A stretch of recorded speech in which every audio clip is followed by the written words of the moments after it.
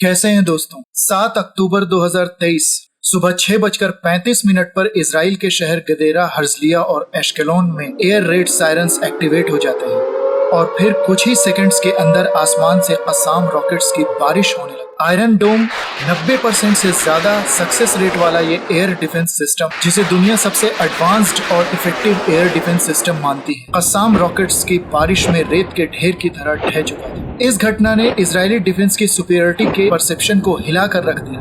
Hamas के surprise attack ने iron डोम के कमजोर पहलू को उजागर कर दिया था। आज हम आपके साथ आयरन डोम की फेलियर से जुड़ी हालिया घटना और उस स्ट्रेटेजी को डिस्कस करेंगे जिससे हमास ने इस कटिंग एज टेक्नोलॉजी को धूल चटा दिया। आगे बढ़ने से पहले हम आयरन डोम और इसके काम करने के तरीके को जान लेते हैं, ताकि आपको वीडियो में आगे आने वाले आर्गुमेंट्स को समझने में आसानी हो सके। आयरन डोम लगभग 70 किलोमीटर दूर से ही रॉकेट का पता लगा सकता है। इसके मेनली 3 कंपोनेंट्स होते हैं। पहला है डिटेक्शन एंड ट्रैकिंग रडार, जिसे ELM-2084 भी कहा जाता है। ये रॉकेट लॉन्च को डिटेक्ट करता है और उसकी ट्रेजेक्ट्री और स्पीड को ट्रैक करता है। आयरन डोम का ये रडार सिस्टम इस जानकारी को दूसरे कंपोनेंट BMC यानी battle management and weapon control system को भेज देता है। BMC को आयरन डोम सिस्टम का ब्रेन भी कहा जाता है। ये रडार से मिली जानकारी के मुताबिक मिसाइल के इम्पैक्ट की जगह को कैलकुलेट करता है। अगर इम्पैक्ट वाली जगह कोई खेत, मैदान या फिर कोई ऐसी जगह है जहां नुकसान की संभावना नहीं के बराबर है, तो BMC इस रॉकेट को इग्नोर कर देता है। लेकिन अगर BMC को लगता है कि रॉकेट किसी आबादी वाली जगह या किसी स्ट्रेटेजिक इंपॉर्टेंस वाली जगह पर इम्पैक्ट करने वाला है, तो BMC मिसाइल फायरिंग यूनिट के जरिए इंटरसेप्टर मिसाइल्स लॉन्च करता है। ये इंटरसेप्टर मिसाइल्स दुश्मन के दागे गए मिसाइल के पाथ तक पहुंचकर उसको खत्म कर देते हैं। हर एक आयरन डोम सिस्टम में, जिसे बैटरी भी कहा जाता है, मेनली 3-4 लॉन्चर्स होते हैं और हर एक लॉन्चर में 20 मिसाइल्स होते हैं। आयरन डोम सिस्टम पूरी तरह से मोबाइल है, इसलिए इसे आसानी से अलग अलग लोकेशंस पर जरूरत के हिसाब से भेजा जा सकता है। 2011 से अब तक हजारों सक्सेसफुल इंटरसेप्शन के साथ आयरन डोम इजराइल की डिफेंस का बैकबोन रहा है। हालांकि 7 अक्टूबर 2023 को यह सिस्टम बुरी तरह से नाकाम साबित हुआ। गाजा स्ट्रिप से आने वाले हजारों रॉकेट्स के सामने आयरन डोम चक्कर खा गया, जिसका खामियाजा सैकड़ों इजरायली सिटीजन्स को जान गंवाकर भुगतना पड़ा। लेकिन दुनिया का सबसे एडवांस कहा जाने वाला यह सिस्टम फेल कैसे हो गया? हमास के लड़ाकों ने कैसे इस सिस्टम का तोड़ निकाला? इसके कई प्रोबेबल रीजन हो सकते हैं। सबसे पहला है नंबर गेम। इजराइल में कम से कम 10 आयरन डोम बैटरीज ऑपरेशनल हैं और इसके आसमान को सेफ रखने में मदद कर रहे हैं।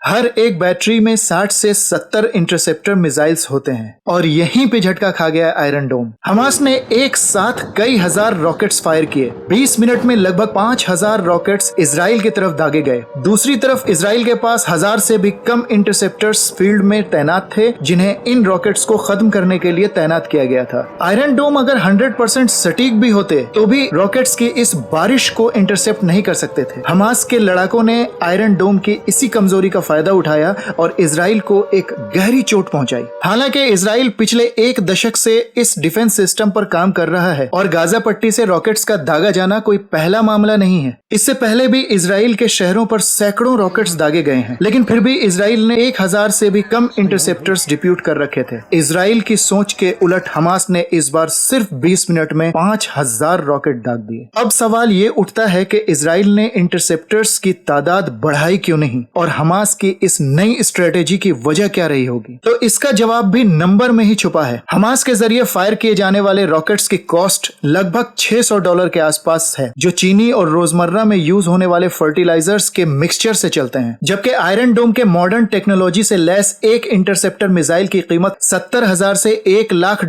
तक होती है। इस तरह से 7 अक्टूबर को हमास के जरिए फायर किए गए 5000 रॉकेट्स की कुल कीमत $30 लाख रही होगी। लेकिन इजराइल के 1000 इंटरसेप्टर्स की लागत 7 से 10 करोड़ डॉलर्स तक थी। और जैसा कि हम सभी जानते हैं, इजराइल के आयरन डोम डेवलपमेंट प्रोग्राम के बजट का बड़ा हिस्सा अमेरिका से आता है और यह साफ जाहिर है कि इतने एक्सपेंसिव सिस्टम को बड़े स्केल पर तैनात करना इजराइल के लिए बहुत मुश्किल है। शायद ये बात हमास समझ चुका है। उसका मकसद इजराइल के इंफ्रास्ट्रक्चर को नुकसान पहुंचाने के साथ साथ उसकी इकोनॉमी को भी चोट पहुंचाना है। क्योंकि हमास के रॉकेट से निपटने के लिए इजराइल को बहुत भारी कीमत चुकानी पड़ती है। इसलिए केयरफुली प्लान्ड और एग्जीक्यूटेड स्ट्रेटेजी के तहत हमास ने सस्ती मिसाइल्स का जखीरा जमा कर लिया और 7 अक्टूबर 2023 को लो कॉस्ट और लेस कैपेबल मिसाइल्स ने बेहद एक्सपेंसिव और हाई टेक्नोलॉजी वाले सिस्टम को करारी शिकस्त दे दी। उस दिन इजराइल के अंदर हमास के रॉकेट्स अपने टारगेट्स पर अंधाधुंध बरस रहे थे। ईरान के स्टेट एफिलिएटेड नूर न्यूज ने आयरन डोम का मजाक उड़ाते हुए इसे रेत के महल के ऊपर